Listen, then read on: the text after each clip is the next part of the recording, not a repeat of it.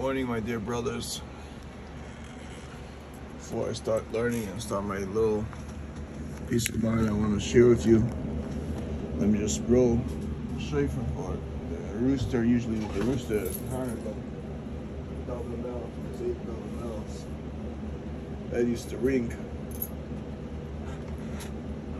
To wake him up, so instead I blow the shofar to hold when I David want to wake up at this time to learn.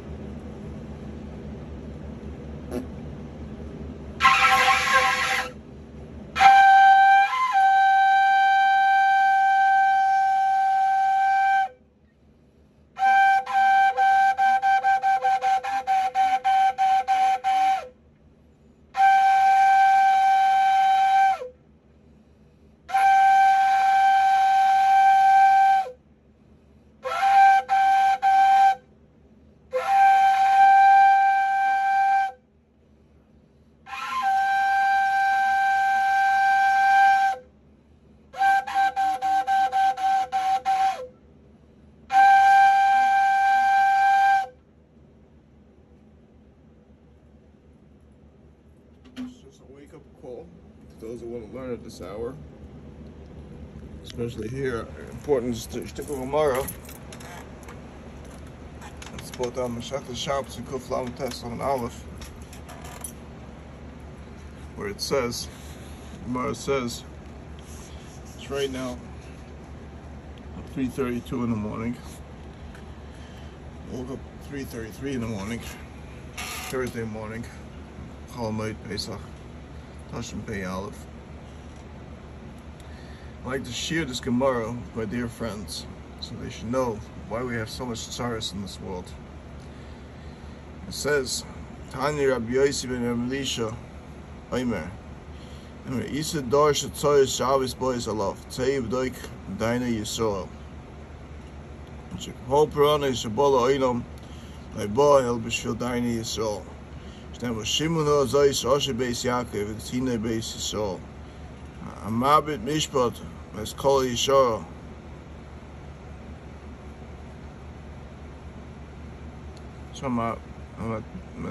No, Shimon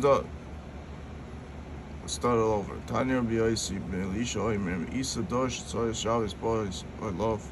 Say it B'Laik B'Daina Yisrael. Shekol Pranei Boys Oilam. Like boil b'shvil daini yisrael. Shneimar Shimon Zayis Rosh Beis Yaakov Tzina Beis Yisrael. V'ta'evim mishpat. V'ta'evim mishpat. As kol yishara yakshu boy natziyim b'damim. Yishlayim ba'oila. Yashe b'shoichad yishbru kainel. V'chir yoyru neviya b'kasi kesumu. Al Yishem yishanu.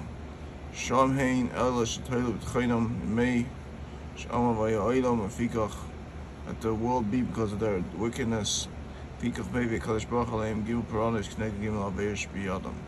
Shneim l'chaim meglalchem tzion sada techrash yishlayim ayin tiya harabayis lebomis yah, should be like a forest. The harabayis should be like a forest. When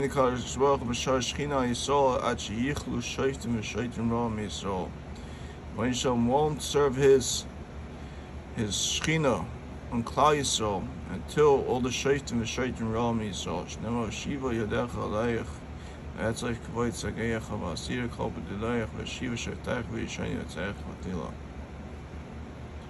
To'ama Ula. So basically, so all what's going on these days in this Israel, where they don't take care of their people the way they're supposed to. I used to learn in Yeshiva Derech Chaim, Baruch Hashem. My Rebbeim looked after me left and right, but I had a terrible ex-father-in-law lived a few blocks away from Yeshiva Derech Chaim, who had all his rights for me, constantly had to chase me out of Brooklyn. But in Maisa, in a Mila, I was able to get a car out of Brooklyn. I wasn't able to get a car, but their Yeshiva Derech Chaim took care of their Talmidim as their own kids, and they made sure they had like a father taking care of them. Yeshiva Zechrein Avrochim, Yisrael Plujagam Mordechai ran it, Zechrein Avrochim. They always looked after their Talmidim, and their Rebbeim still do. Look after Talmidim like a father looks after his children. Here in Lakewood, Ira Torah, But they can allow someone like me, Leilenu, live in an office, not have support the way they're supposed to, not have business the way it's supposed to, not have people looking after me constantly to make sure I have enough advertisement, instead of taking away all the business from me left and right and causing me tsar left shen kamayu. That's why all the Dayanim in Lakewood eventually will be wiped out and destroyed before the Gula comes. And that's why a lot of big Gedolim passed away during Corona. Because of the terrible mishpat they do. Look what they do to the people who are divorced. They run after them, they force them to get divorced. It's not the way to do it. Kaif and Aisai is you limit a person in his possessions, that he shouldn't have enough to let's say run away or something, but you don't be mitzar him. You make sure he has enough panasa for every day of his yom his schara. You hold boundaries on him, that he go down to his field. You force him to lower his income, but you don't do physical force on him, embarrassment and this and that. What they do these days for people who are being forced to divorce is shenkamayu. It's not yashus whatsoever, and this is what the shaytim and shaytim, they don't understand halacha. Like it says in the Gemara before, halacha brua mishta brua b'makom echad. They don't know. They don't know exactly the way halacha is supposed to be done, and yet the future Talmidei Chacham who are supposed to grow and supposed to open Bate Midrashim, like a person like me, Kanai Nahara, that's gone through Shas already once, gone through Zayir 8 times, Kanai Nahara, and it's gone through Halacha Shein Kamayu, is sitting in the office, living in the office, having to do a job delivering chicken instead of getting support from the community to run a shul. So, if they want to be a Islam like that, let the world come to judge them. Besides for that, my name is Rabbi Yaakov Yisrael ben Rabbi Yosef, which is a Sar Yaakov Yisrael from Shemaim. Yaakov Yisrael ben Yosef is a Sar, a Malach Sar, which is from Shemaim, which is sent down in this world at this generation. And if things are not going to happen the way they're supposed to, then they'll enjoy Corona weiter. They'll enjoy left and right, the suffering Corona, the way they're going to enjoy it. And they have people follow me left and right, just tailgating me left and right, and they just come. And once I turn into a 1790 sophomore, they turn around the aura and they turn back just to watch me. And I chop that. I understand that. I don't know if they're malachim or they're actual people who from the Lakewood Scoop just following me around. Now the Ma'aseh, the Baruch Shem sees everything what they're doing, and the berate of people like the berate of me and several other people around the world, several other divorces. This is what's going to happen. Eventually, the Baruch Shem is going to destroy all the judges in Lakewood. Beside Gidisha and Side Goisha and Side Mamish, wipe them out, because they're Mamish not doing the way they're supposed to, the justice the way they're supposed to. And Hashem will teach them a lesson, and then he's going to bring the Geula eventually. That's what's going to happen. So, Kolta, my dear brothers, I thank you, Hashem, that I was able to share this Gemara with you. I even highlighted it in my Gemara. I have a few Masechta Shabbos. I have enough to have Chavusas, but the only thing is I don't learn Chavusas because they're just the biggest Yetzer Hara that I ever had in my life, is learning Chavusa besides the Chavusa, which is the Rebbeinu Shalom. And that's not the Yetzer Hara of my life, Baruch Hashem. So I enjoy learning for the Rebbeinu Shalom, as I keep the Shem Havaya right in front of me, and I learn all the Torah Nista as well. So, if this is the way I gotta live my life, because these who are the Dayanim in Klal Yisrael, they call themselves Rabbanim, they don't look after people to support them and make them live in the way they're supposed to. Instead, I have to live in an office. If you see how I have to take a shower, it's almost like a survival shower.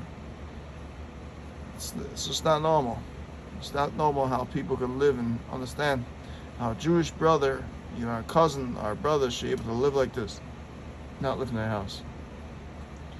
And I dafka eat Shabbos by myself because I can feel comfortable. I can keep my feet in my Crocs, let them air out and rest over Shabbos, because you wear heavy boots when you work. It's sort of sort of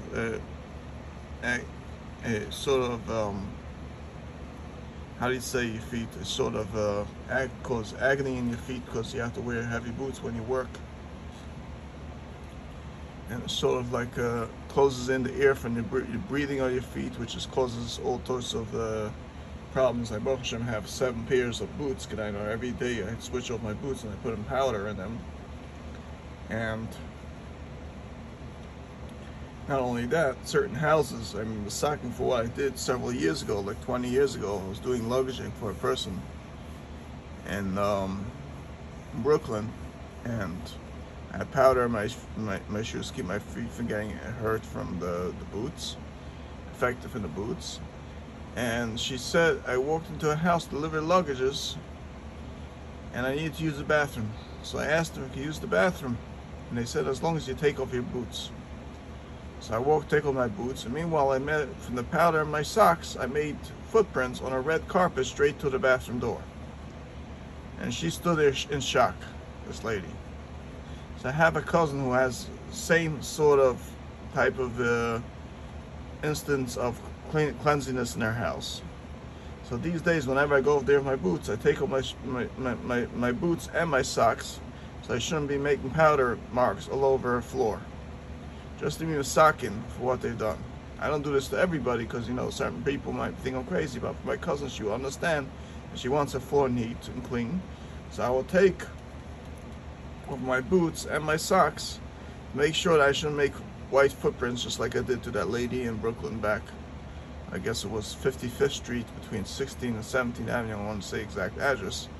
She was basically fuming after she saw what she did when she made me take off my boots, and I left white footprints all over her red carpet to the bathroom. So whenever I walk into my cousin's house, I take off my boots and my socks to make sure that she feels comfortable with her floor, that it doesn't get dirty. And I do this to anybody who's representative of menschlich.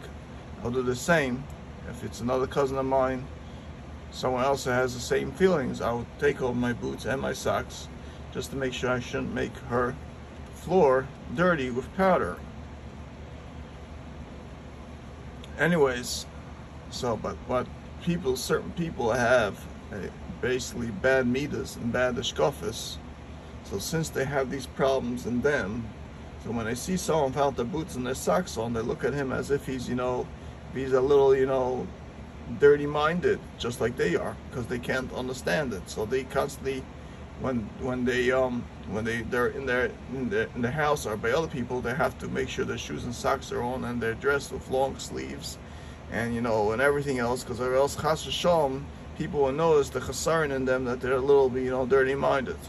If they wear short sleeves, to see someone else in short sleeves, it brings them back to their hashkafas of the dirty mind thought that that person is a little, you know, sort of dirty-minded like them, because when they're in their house, in their room, they can't keep their clothes on. They have to show off their nakedness to everybody around them, and they live like that with people.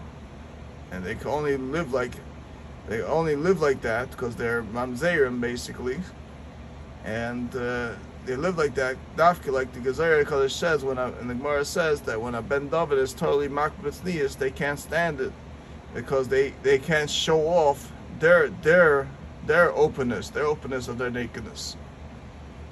So they dafka look after all the Bnei David, and they shine their satellite and their kisha plates, whatever it is, into the old Bnei David's house to always say certain things wrong about them, so they could bring out their nakedness. So that's what goes on in the world in Lakewood. There's a lot of mamzerim in Lakewood that live in Lakewood and all around Lakewood and all around Brooklyn. That constantly they want to show, able to talk about Bnei David like that, so they could cover up their dirtiness.